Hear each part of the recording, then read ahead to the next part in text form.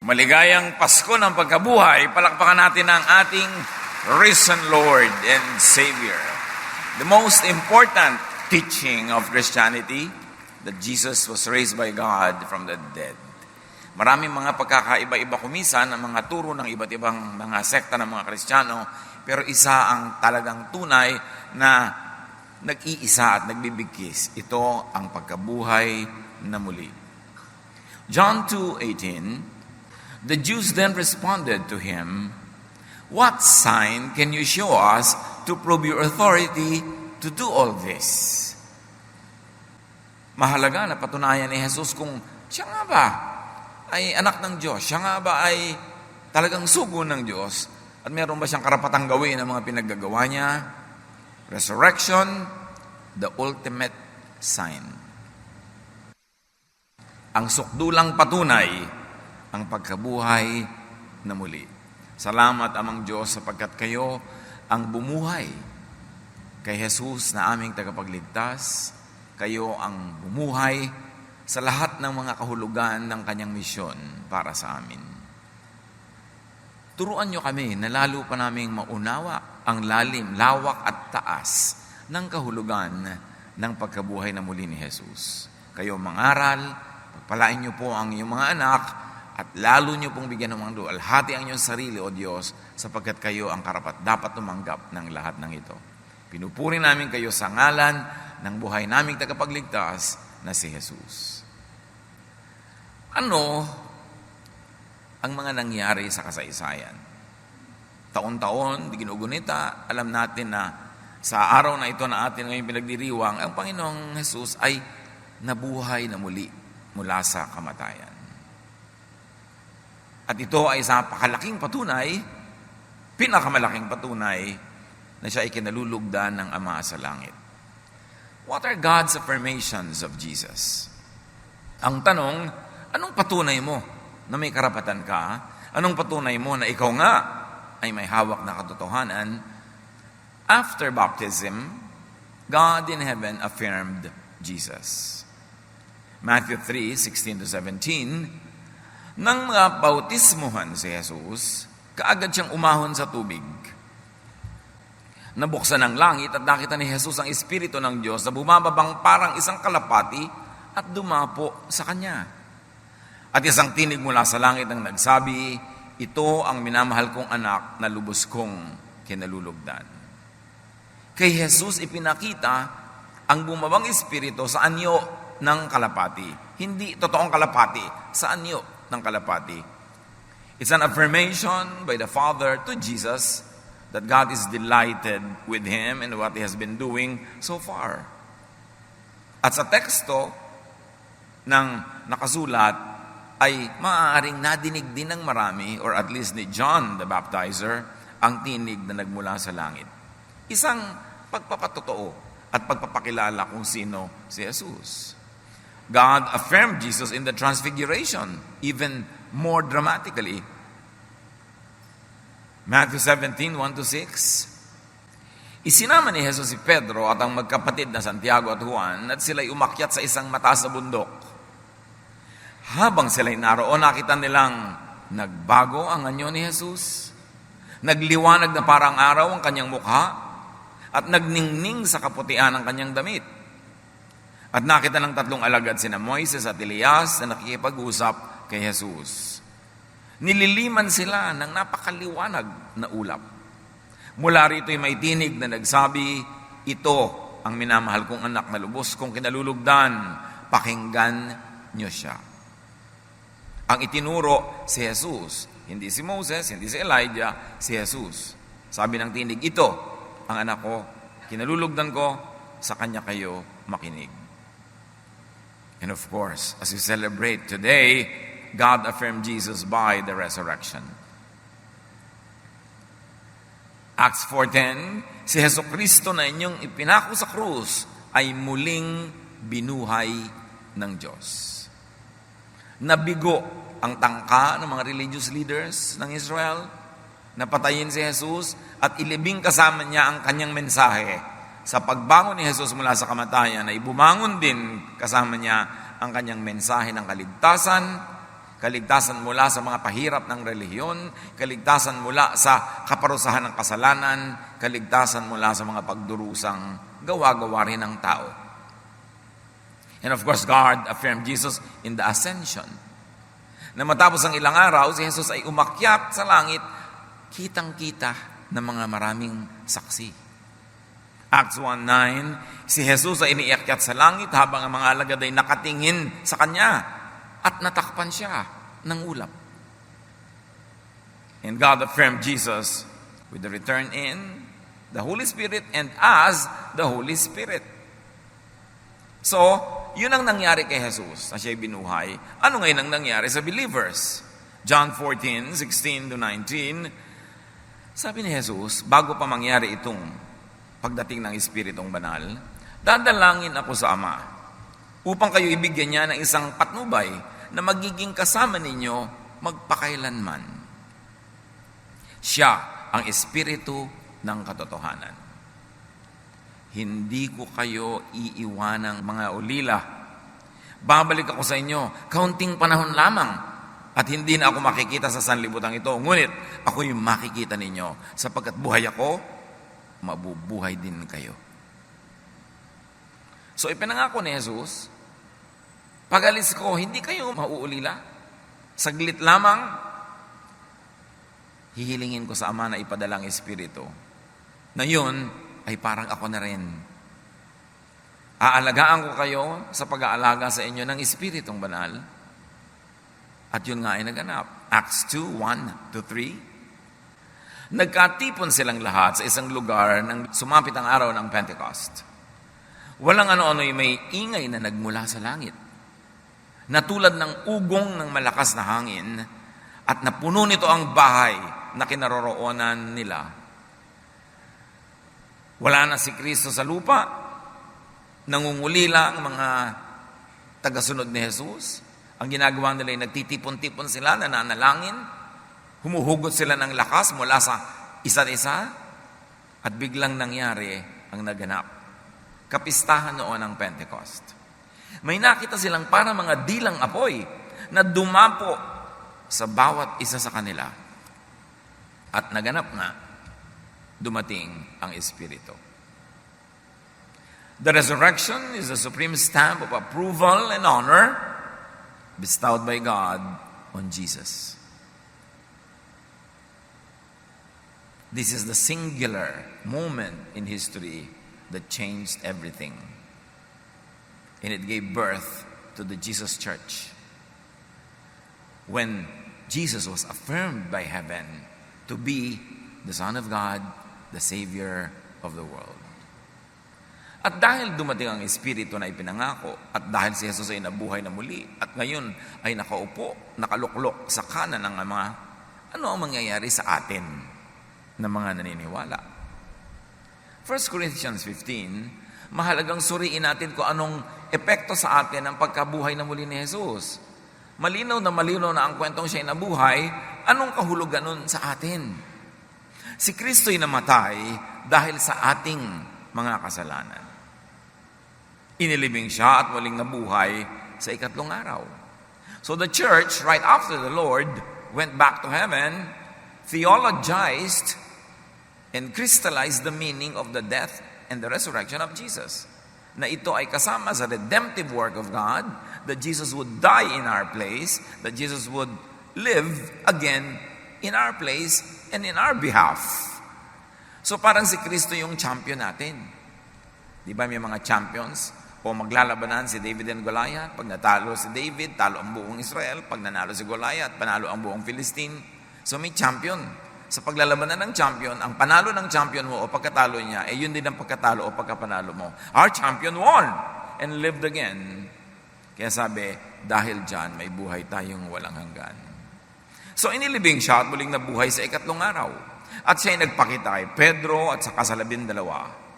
Pagkatapos nagpakita siya sa mahigit 500 kapatid na nagkakatipon. Sinasabi kasi ng ibang ilusyon lang nila yung pagbangon ni Jesus mula sa kamatayan, guni-guni. Kaya pinapaliwanag ditong mabuti, nagpakita siya kay Pedro, nagpakita siya sa 12, pagkatapos sa higit 500 kapatid na nagkakatipon, kung bakit hindi inireport nito nagsusulat na ito na unang nagpakita sa mga babae at kay Maria Magdalena, ewan ko sa kanila. Pero talagang sa babae unang nagpakita ang Panginoon, alam natin yon. Pero ngayon, wala dito sa report. Kaya dapat binabasa mo yung buong report sa iba't ibang libro, sa iba't ibang chapter. Sa katunayan, kung merong dapat mag-preach ng resurrection ni Jesus on Resurrection Sundays, dapat puro babae. Kasi sa babae siya unang nagpakita at babae ang unang nag-preach ng resurrection. Pero alam niyo naman, the last 2,000 years, masyadong male-dominated ang religion. Pati tuloy yung mga tunay na role ng mga babae na ilalagay sa isang tabi dahil yung mga lalaking nangunguna, laging ginigilid-gilid, nilalagay sa mga sulok-sulok ang mga kababaihan. Sa pagpapatuloy nitong binabasa, marami sa kanila ay buhay pa hanggang ngayon. Subalit patay na rin ang ilan. Bakit sinasabi ni Paul ito? Sabi niya, alam niyo hanggang ngayon, while I'm writing this, marami pang living witnesses. Nakita nila ang risen Jesus. Kung meron kayong pag-aalinlangan, meron kayong tanong, puntahan nyo, buhay pa ang iba. Although, sa katandaan ng iba, ay umuna na sa atin. At nagpakita rin siya kay Santiago, meaning James, at pagkatapos ay sa lahat ng mga apostol. Sa kahuli-huli ay nagpakita rin siya sa akin. Bakit nagpakita si Jesus kay Pablo? Hindi naman siya kasama sa original 12. Tapos na ang lahat ng pagtuturo sa mga 12. Bakit nagpakita pang muli kay Pablo? When Jesus was already ascended to heaven. Kaya hindi na physical ang pagpapakita niya kay Pablo. Maaaring dahil sa period na yon in the church history, inaagaw na ng mga Judaizers ang Christianity. Pinipilit na ng mga conservative Jews who had become Christians na gawing Jew uli ang bagong-bagong silang na pagkakaunawa sa Diyos, yung Kristyanidad. Pinipilit na lang gawing Hudyo ang mga Kristiyano. Kaya si Paul ang pinakamatapang at pinakamalinaw magturo against the rejudaizing of Christianity. Maaring kaya nagpakita sa kanya, may nagaganap na sa church, ang aga-aga pa lang, nagbabackslide na sila into Judaism. Nagwawagi yung mga Judaizers sa Jerusalem at gusto nilang gapiin ang mga Gentile believers and turn them into Jews. Kaya si Pablo ang pinakamalinaw ang pagtuturo laban sa movement na ito to Judaize the Christians. Sa pagpapatuloy, verse 12, ngayon, kung ipinapangaral namin si Kristo ay muling nabuhay, bakit sinasabi ng ilan sa inyo na hindi bubuhayin muli ang mga patay? Bakit kumakalat ang balita na hindi mabubuhay ang mga mananampalataya? Kasi alam niyo yung mga Sadducees, isang sekta ng Judaism, hindi sila naniniwala sa life after death. Hindi sila naniniwala sa eternal life. At eto, pumapasok na sa mga Kristiyano mismo ang mga huwad na katuruan na ito, mga fake news. Kaya agad-agad sumulat itong concerned na si Paul. Kung totoo yan, lilitaw na hindi muling binuhay si Kristo. Kung totoong hindi mabubuhay ang mga mananampalataya, edi hindi rin nabuhay si Kristo. And the obvious argument is, nabuhay si Kristo, therefore mabubuhay ang mga mananampalataya. At kung si Kristo ay hindi muling binuhay, walang kabuluhan ng ating pangangaral at walang katuturan ng inyong pananampalataya. Sayang ang pag-aayos natin, sayang ang pagpunta sa church kung hindi binuhay si Jesus dahil mamamatay ka rin lang pala, so wag na lang. Pero dahil binuhay si Jesus, hindi sayang. Hindi sayang ang paninindigan, ang pagpapagod, ang pagbibigay sa gawain, at ang pagpapakabait kasi buhay si Jesus. Hindi lamang yan, lilitaw pa kung hindi binuhay si Jesus, na ang lahat ng mga namatay na sumampalataya kay Kristo ay mapapahamak or napahamak. Yun ang mangyayari kung hindi talaga binuhay si Jesus. So, sumunod lang pala sila sa patay, namatay sila, di patay-patay lahat. Sayang. Kung ang pag-asa natin kay Kristo ay para lamang sa buhay na ito, tayo na ang pinakakawawa sa lahat ng tao. Sabi ko, ang effect sa inyo ni Jesus pang dito lang sa earthly life, kawawa tayong lahat. Biruin mo naman, nagsaserve tayo, nag-uubos tayo ng panahon sa pagsamba, sa paglilingkod, nagbibigay tayo ng ating time, talent, treasure, tinitimpi natin ang mga gusto nating gawing mali, nagpapakabait at nagpapakabuti tayo. Pagkatapos hindi naman pala binuhay si Jesus, hindi, sayang lang ang lahat. But the argument goes backwards, na dahil si Jesus ay binuhay, walang sayang sa mga ginagawa natin para sa pagpapalawig, pagpalaganap, pagpapalago ng kaharian ni Jesus. Verse 20, ngunit sa katunayan, si Kristo ay muling binuhay. At ito'y katibayan na muling ang bubuhayin ang mga patay at mga mamamatay pa. So hindi kawawa ang mga believers, hindi lugi, hindi napahamak ang mga sumakabilang buhay na noon pa na nananalig kay Jesus. May kabuluhan ng pananampalataya, mayroong kabuluhan ng pangangaral sa pangalan ni Kristo dahil mabubuhay muli ang mga mananampalataya. Kung paanong dumating ang kamatayan sa pamamagitan ng isang tao, meaning Adam, gayon naman dumating ang muling pagkabuhay sa pamamagitan din ng isang tao, meaning Jesus. So ang usapin na dito ni Paul is racial. The whole human race fell because their champion Adam fell. But in Jesus, the new champion of the people, humanity will rise again.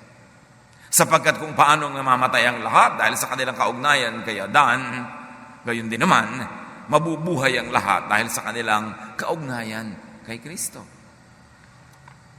Binaligtad ni Jesus ang tree of temptation, the tree of sin, sa garden. May tree sa garden, dahil sa tree na yan, nagkaroon ng fall, nagkaroon ng sin, nagkaroon ng damnation. Binaligtad ni Jesus yon. Ginawa ni Jesus na tree of life, yung tree of sin and temptation. John 15:5, I am the vine. Hindi baging yan, puno ang mas magandang pananagalog dyan. I am the vine, you are the branches. If you remain in me and I in you, you will bear much fruit. Apart from me, you can do nothing. Kita nyo kung paano biniligtad ni Jesus yung tree of temptation. Na pag kumain ka ng prutas doon, ikay mapapahamak. Ngayon, ginawa ni Jesus, sabi niya, ako na ang puno. At hindi lang kayo pumipitas-pitas, kayo na ang sanga. At hindi kayo pipitas ng prutas lang, kayo mismo ang mamumunga ng prutas.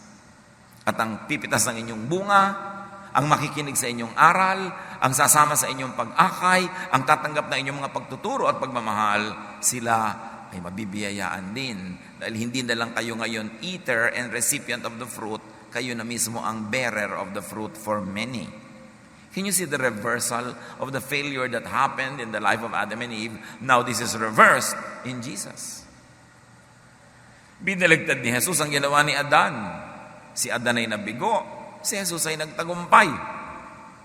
At binaligtad ni Jesus ang nangyari kay Adan, si Adan ay namatay, si Jesus ay nabuhay. Sa pagpapatuloy ng Corinthians, subalit may magtatanong, paano bubuhayin muli ang mga patay? Ano ang magiging uri ng katawan nila? Yan ang laging tanong ng marami. Pastor, pag nasa heaven na po ba tayo, anong pagkain araw-araw? Baka na yun naman ang yun, boring for eternity. Ano po kaya ang isusot ko? At yung tanong nila kay Jesus, yung naging maraming asawa dito sa lupa, sino ang asawa nila sa langit? Ang ginagawa kasi ng mga tao, inililipat lang yung buhay dito, doon sa kabilang buhay na parang everything is the same, napalitan lang yung paligid. No. Hindi dapat pinoproblema yung mga problemang yan. May mga katawan, panglangit, at mayroon namang panlupa. So yung katawan natin yan, panglupa lang yan. Nag-aalala pa yung iba, paano yung mga implants ko? Madadala ko po kaya yun sa eternity? O pag namatay po ba ako, babalik ako sa dating itsura ko bago ako nag-botox? Mga pinoproblema ng mga tao yan. Iba ang kagandahang panlupa, at iba ang kagandahang panlangit. Ganyan din sa muling pagkabuhay ng mga patay, ang inilibing ay mabubulok. Ngunit hindi mabubulok kailanman ang muling binuhay. Walang karangalan at mahina ng ilibing, marangal at malakas sa muling pagkabuhay. Inilibing na katawang pisikal, muling mabubuhay bilang katawang espiritual. Ano man ang kahulugan nun, hindi binusisi. Pero isa lang ang napakalaking overriding message. Iba ka na pag bunyuhay kang muli matapos ang kamatayan ng iyong katawan. Huwag ka nang mag-alala na baka maiwan ang mga implant. Baka matanggal ang mga ikinabit mo pa naman ng mga dekorasyon sa iyong katawan dahil hindi na ganyan. Hindi man ganyan. Hindi man binusisi ang description. Isa lang ang nakakatiyak tayo. Yung inilibing na mahina, babangong malakas. Yung walang dangal ng inilibing, pilipilipit ang katawan, ng ayayat, nagkasakit, nahirapan, mutilated, sometimes murdered by other people, marangal ang pagbangon. Yun ang magiging pagkakaiba. Kung may katawang physical, mayroon ding katawang spiritual. So hindi yung katawan mo na yan na physical ang dadalhin mo sa kabilang buhay. Yung iyong spiritual body, which right now, nobody has any idea of kung ano yon. Ganito ang sinasabi sa kasulatan. Ang unang tao, si Adan, ay nilikhang binigyan ng buhay. Ang huling Adan, si Jesus, ay espiritong nagbibigay buhay. So kung ang unang Adan ay binigyan ng buhay, itong huling Adan ay siya ang nagbibigay ng buhay. Ngunit, hindi nauna ang espiritual. Ang physical muna, bago ang espiritual. Ang unang Adan ay mula sa lupa, sapagkat nilikha siya mula sa alabok. Ang pangalawang Adan, si Jesus, ay mula sa langit. At kung siya nanggaling, doon siya uuwi, at doon niya tayo ipinaghahanda ng ating tahanan at makakapiling natin siya at ang Ama forever. Ang katawang panlupa ay katulad ng nagmula sa lupa. Ang katawang panlangit ay katulad ng nagmula sa langit. So mula nung pinanaligan mo si Jesus, pinapasok mo siya sa iyong buhay, sa iyong puso, sa iyong espiritu, nakiisa ka sa Kanya, naging dalawang tao ka na. Yung tao na galing sa lupa at yung tao na galing sa langit. At pag namatay ka, ang mamamatay ay yung galing sa lupa at yung galing sa langit ang mabubuhay na muli at siya ang babalik sa Diyos. Kung paanong tayo ay naging katulad ng taong nagmula sa lupa, matutulad din tayo sa taong nanggaling sa langit. Ito ang ibig kong sabihin, mga kapatid. Ang binubuo ng laman at dugo ay hindi maaaring makibahagi sa kaharian ng Diyos. At ang katawang nasisira ay hindi maaaring magmana ng hindi nasisira. Hindi pwedeng ikaw yung babangon. Isang hiwaga ang sinasabi ko sa inyo. Hindi lahat tayo ay mamamatay. Ngunit lahat tayo ay babaguhin. Sa isang sandali, sa isang kisap mata, ang mga patay ay muling bubuhayin at di na muling mamamatay. May dalawang pagtingin sa application ng katuruan na ito. Yung one corporate, one time, big time raising of all the dead at meron din namang individual. Kailan ka binubuhay na muli? Pag ba namatay ka, maghihintay ka pa na ang lahat ay mamatay at sabay-sabay buhayin? O pagkamatay mo, individually ay binubuhay ka ng muli? Parehong tantalizing and promising ang alinman sa readings na yon. But there is only one thing clear. Basta't namatay ka at na kay Jesus ka, bubuhayin kang muli. Sabi ng iba, paano naman po kung pagkamatay ay yung pala, hihintayin ko pa yung pagbangon ng lahat ng sabay-sabay na namatay? Di, ang tagal-tagal naman po noon. Patay ka na nga, ba't ka matatagalan? Ikaw ba pag natulog, tapos 8 hours kang natulog, habang natutulog ka ba, sabi mo, ang tagal naman, tulog pa ako, tulog pa ako, kailan kaya ako gigising? Di ba pag gising mo sa umaga, ay, akala ko kapipikit ko pa lang, umaga na pala, sarap ng tulog ko. Di ganun din yun, kung sakaling sabay-sabay pala ang pagbangon at natulog ka dyan ng 1,000 taon, hindi mo naman alam dahil tulog ka. Isang reading yun, kasi hindi talaga can-clarify. But I really love the second reading. Na individually, when you die, you are raised from your death by God. Kaya si Stephen, nung siya'y binabato, hindi pa nga siya namamatay. Nakita na niya si Jesus. Sabi niya, Jesus, receive my spirit. So pagkalagot ng kanyang hininga, nandun na siya kay Jesus. Napakasarap isipin. At napakaraming verses na nagpapatunay na yun ang mas tumpak at mas magandang kahulugan. Kasi sabi sa John 5:24, when you believe in Christ, you are moved from death to life. You will no longer die. At ang kausap siyempre, yung espiritu mo, hindi yung katawan mo. Because that body will die. Pero sabi sa spirit mo, you will not die. In fact, kung mahirap ang buhay, mabuti pa nga ay mamatay na yung katawan para yung espiritu mo makalaya na at mapunta ka na kay Jesus. Ay, naku, kahit po mahirap dito, saka na lang. Mas gusto ko pa rin dito. Which is natural because this is the only life we know. Kaya kahit na pupunta ka na sa Diyos pagkamatay, to die is gain, pero gusto mo pang mag-to live is Christ. Because you don't know any other life at this moment. So you will cling to this kind of life as long as you can. And I think that is a God-given desire to live, because to live is to enjoy God's blessings. At sabi pa, pagpapatuloy, babaguhin tayong lahat. Ang ating katawang nabubulok ay mapapalitan ng hindi nabubulok. At ang katawang namamatay ay mapapalitan ng katawang hindi mamamatay. Kapag ang nabubulok ay napalitan ng di nabubulok at ang may kamatayan ay napalitan ng walang kamatayan, matutupad na ang sinabi sa kasulatan, nalupig na ang kamatayan, lubos na ang tagumpay. Nasaan o kamatayan ng iyong tagumpay? Nasaan o kamatayan ng iyong kamandag? At ang sagot, wala.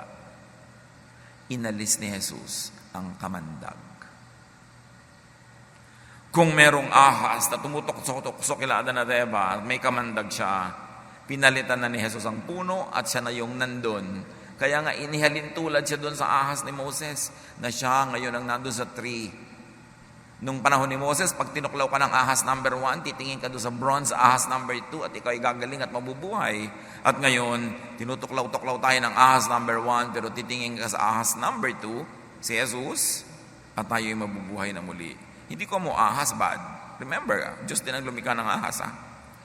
At kahit si Jesus tinatawag na lion, kumisan ginagamit yan for Satan, pero ginagamit din kay Jesus, Lion of Judah. So okay, natatakot sa mga words sa ahas, lion. Pag in-apply lalo kay Jesus, maganda ang meaning nun. Ang kamandag ng kamatayan ay ang kasalanan at ang kapangyarihan ng kasalanan ay nagmumula sa kautusan. So sabi, alam niyo kung bakit kayo mamamatay? Dahil sa kautusan. Kasi hindi niyo nasusunod. Pero dahil tinanggal ni Jesus ang kautusan, tinupad niya ang lahat ng requirement nito in our behalf, at tinanggal na niya ang talab nito sa atin, hindi ka na mamamatay kasi wala lang kautusan eh. Yun ang ginawa ni Jesus. Magpasalamat tayo sa Diyos na nagbibigay sa atin ng tagumpay sa pamamagitan ng ating Panginoong Jesucristo. Pinagtagumpayan ni Jesus ang kautusan.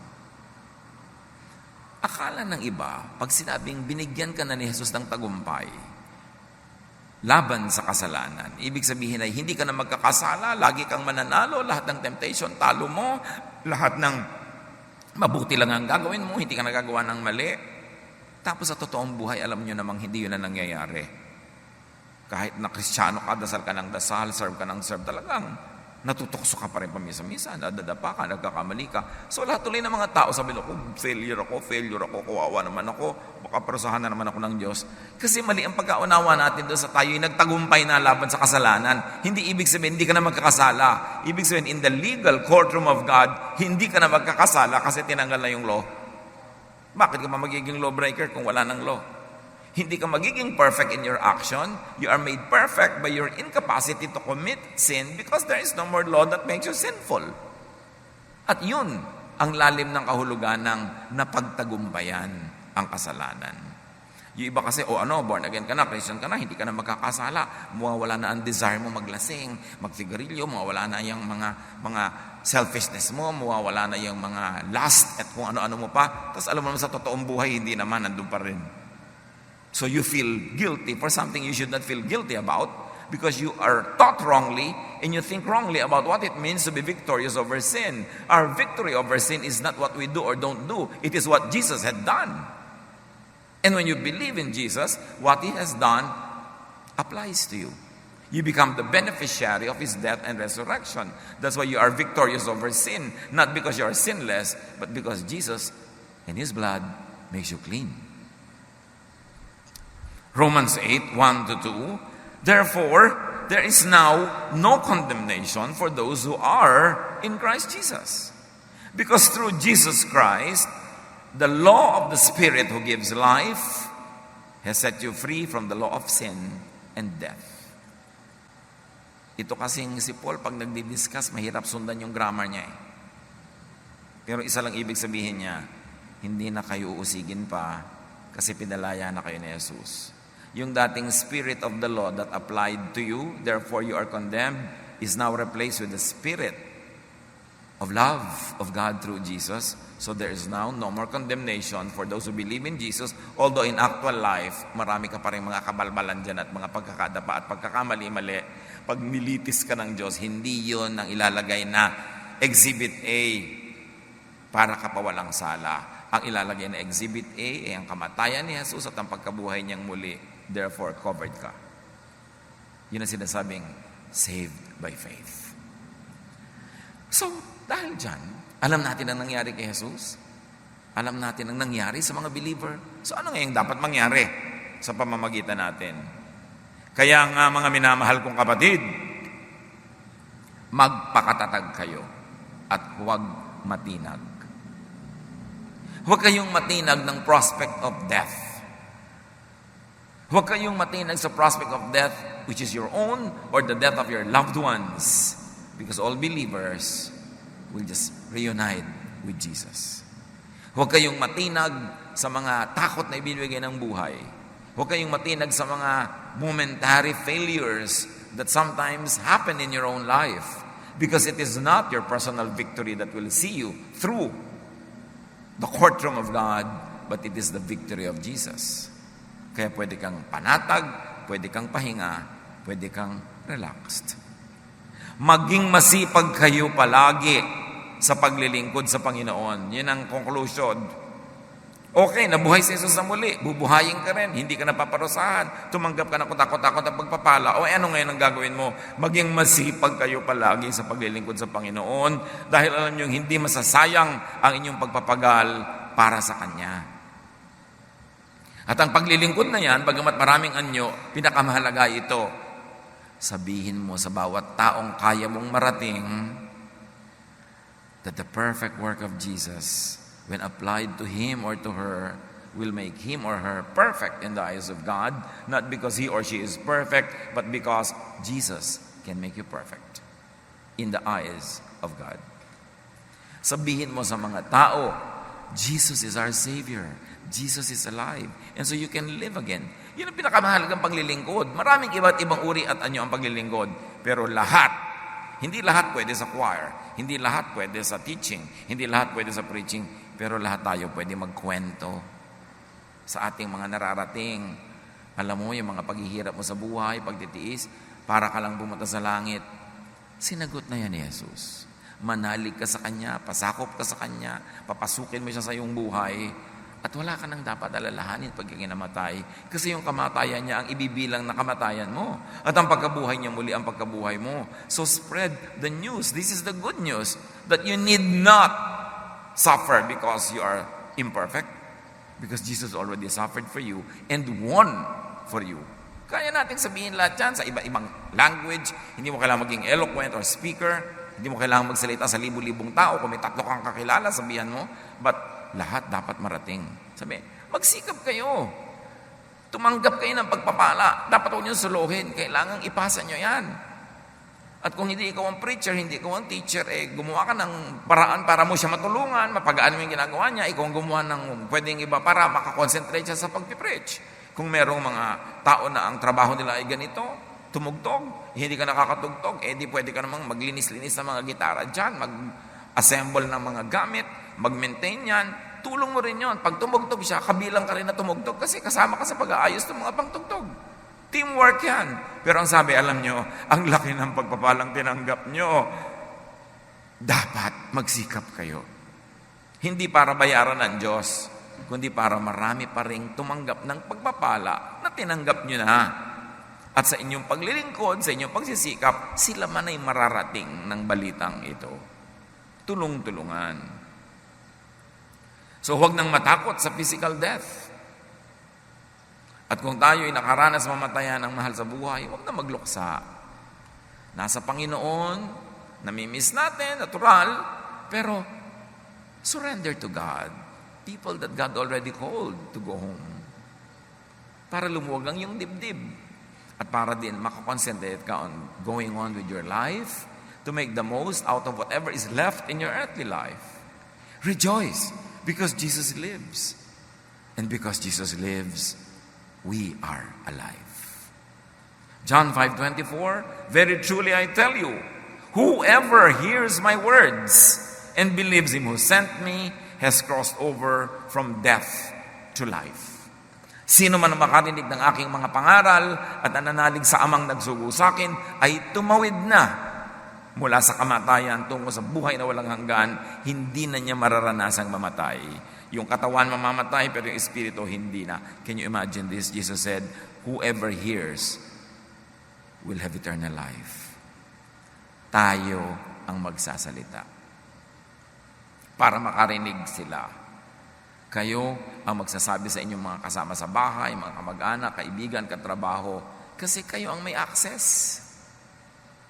Bahay nyo ang bubuksan nyo para magkaroon ng mga Bible study, ng mga sambahay, para yung mga kapitbahay nyo at mga kamag-anak na malapit doon, na hindi nyo madala-dala sa church, doon na lang pupunta sa bahay nyo, non-threatening, non-religious yung situation, they can come. Yun ang ating pananagutan. How can they hear without a preacher? At tayo yung preacher. At kung hindi ikaw yung actual technical preacher, you open your home, call a preacher or a teacher, and they will preach to your loved ones, to your friends, and through the preaching of this specific specialist, if you like to call that, you're also part of it because you're part of the team.